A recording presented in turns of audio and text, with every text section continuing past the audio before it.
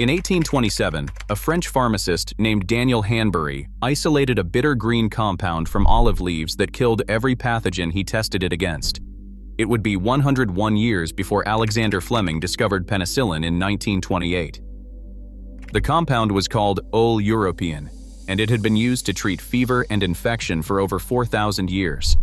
By 1995, it would be quietly removed from every major Western pharmacopoeia. A single olive tree in the Mediterranean basin can live 2,000 years and produce its own antibiotic in every leaf. The tree outside the grocery store parking lot may be older than the United States, yet not one prescription in modern medicine draws from it. Welcome to Loamhold. The loam leads back to the limestone hills of Crete, 4000 BCE, a civilization that drank olive leaf tea before going to war, before childbirth, before burial. A medicine erased not by failure, but by the fact that no corporation could own it. A single olive tree stands behind the Loamhold barn, its trunk twisted with age, the leaves silver green in the morning light. The family who tends this ground has harvested from that tree for generations, drying the leaves, steeping them, passing down recipes that once held a place in official medicine. The knowledge is quiet, almost invisible now, kept alive on the margins, outside the reach of clinics and pharmacies. The steward here speaks of the tree as a living ancestor, a source of strength that outlasts any patent or prescription. Each spring, when the new leaves unfurl, she gathers them by hand, recalling stories of fevers broken and wounds washed clean. She knows the compound in these leaves, European, was once listed in the United States Pharmacopoeia. It was prescribed in tinctures and teas from the 1850s through the early 20th century. She also knows that in 1995, after more than a century of official recognition, olive leaf was quietly removed from every major Western pharmacopoeia. No warning, no scandal, just a silent erasure. In its place stand aisles of branded antibiotics, each one protected by law, each one owned. The Loamhold keeper does not claim to cure, only to remember. She watches as old remedies vanish from public record, replaced by substances that can be patented and sold. For her, the olive tree is not a relic. It is a living argument that some medicines are lost not because they failed, but because they could not be owned. The loam holds the memory, waiting for someone to ask what was buried and why.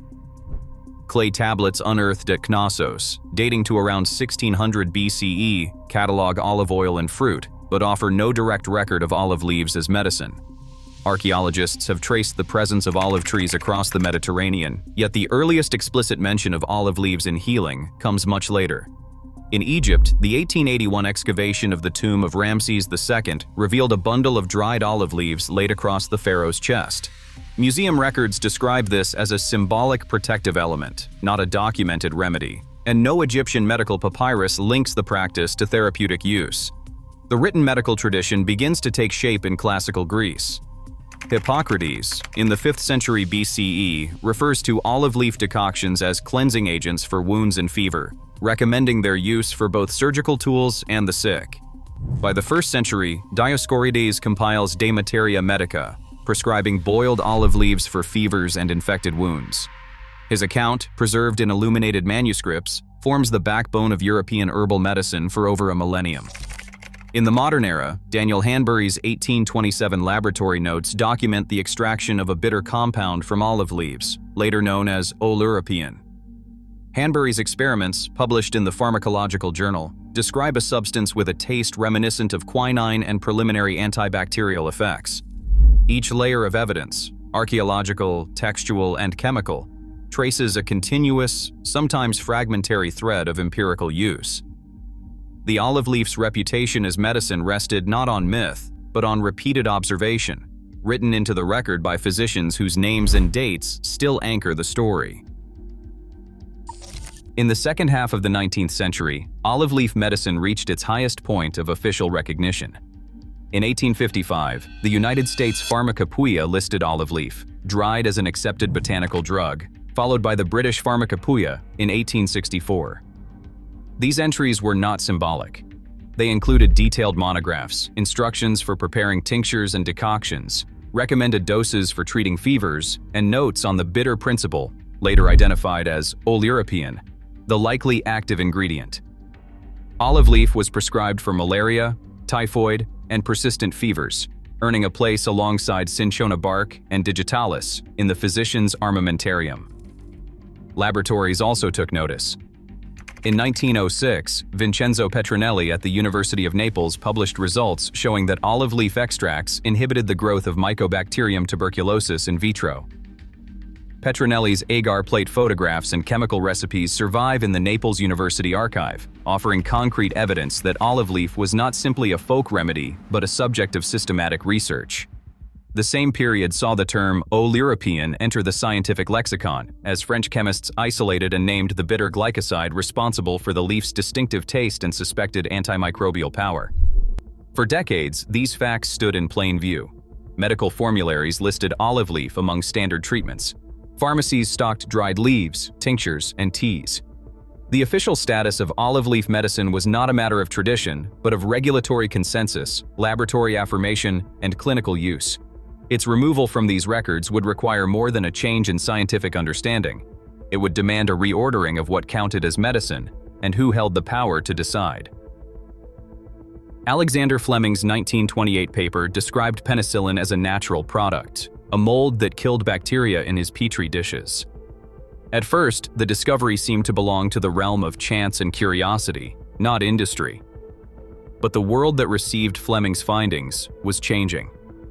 By the early 1940s, the search for a scalable, reliable antibiotic had become a priority for both governments and pharmaceutical companies. Pfizer's Brooklyn plant in 1944 was the first to master deep tank fermentation of Penicillium chrysogenum.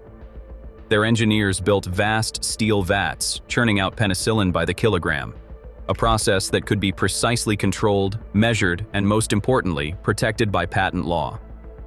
In the years that followed, the pharmaceutical industry shifted its focus to drugs that could be owned and defended in court.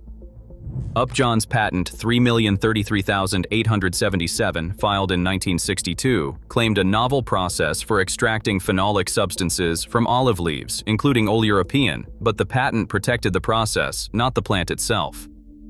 Unlike penicillin, which could be manufactured in tanks and branded olive leaf medicine remained stubbornly tied to the natural world, to trees growing in scattered groves, and to methods that could not be industrialized at scale. The economic logic was clear. Synthetic antibiotics, reproducible and patentable, offered a business model that botanical remedies could not match. As penicillin and its chemical descendants multiplied in the marketplace, the incentives for pharmaceutical firms to invest in unpatentable botanicals evaporated. Official formularies began to favor drugs that could be standardized and sold under exclusive rights.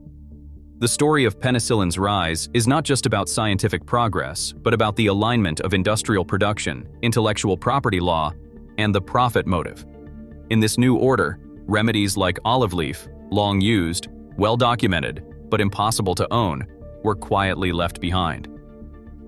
In 1950, the United States Pharmacopoeia removed olive leaf from its official drug monographs, reclassifying it as a non-medicinal botanical.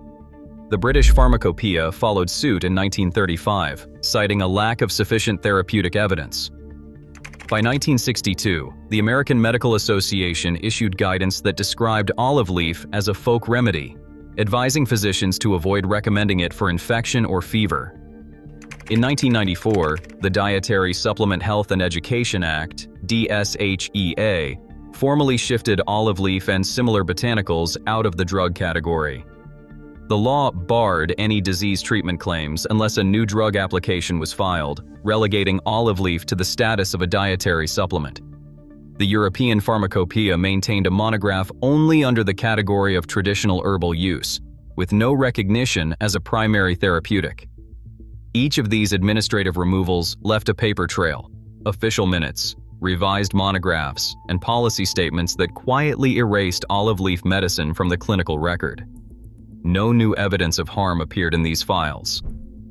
Only the logic of regulatory exclusion favored substances that could be standardized, patented, and tightly controlled by manufacturers over remedies that had been used for centuries. In 2003, researchers at the University of Messina found that olive leaf extract halted MRSA growth in vitro at 125 micrograms per milliliter, raising hopes that Oleuropean could challenge even the toughest hospital bacteria. 14 years later, a USDA lab measured an IC50 of about 15 micrograms per milliliter against herpes simplex virus, a level possible with strong tea. These studies fueled claims of olive leaf's lost antibiotic power and drew renewed scientific attention. But the leap from lab to clinic proved difficult. Pharmacokinetic data revealed that after oral dosing, peak plasma levels of Oleuropean rarely reach 1 microgram per milliliter, far below what is needed for direct antimicrobial effects. In 2019, a double-blind trial showed an average systolic blood pressure drop of 11 millimeters of mercury after 8 weeks, but the modest sample size left questions. Evidence accumulates, yet the regulatory stance remains unmoved, leaving the debate unresolved. Oleuropean's erasure from Western medicine was not the result of scientific failure, but institutional exclusion, rooted in what could not be patented. As regulatory shifts, like the Dietary Supplement Health and Education Act of 1994, sideline traditional remedies, the right to define legitimate healing remains fiercely contested. The olive leaf story asks, who gets to decide what endures?